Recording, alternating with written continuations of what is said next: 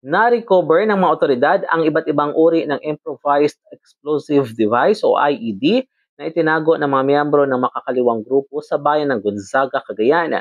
Batay sa ulat, mabilis na nagsagawa ng verifikasyon ang hanay ng kapulisan at kasundaluhan ng makatanggap ng ulat sa kinaroroonan ng mga ibinaon na gamit pampasabog sa bulubundukin ng sitio Tagcar, Barangay Iska, Gonzaga.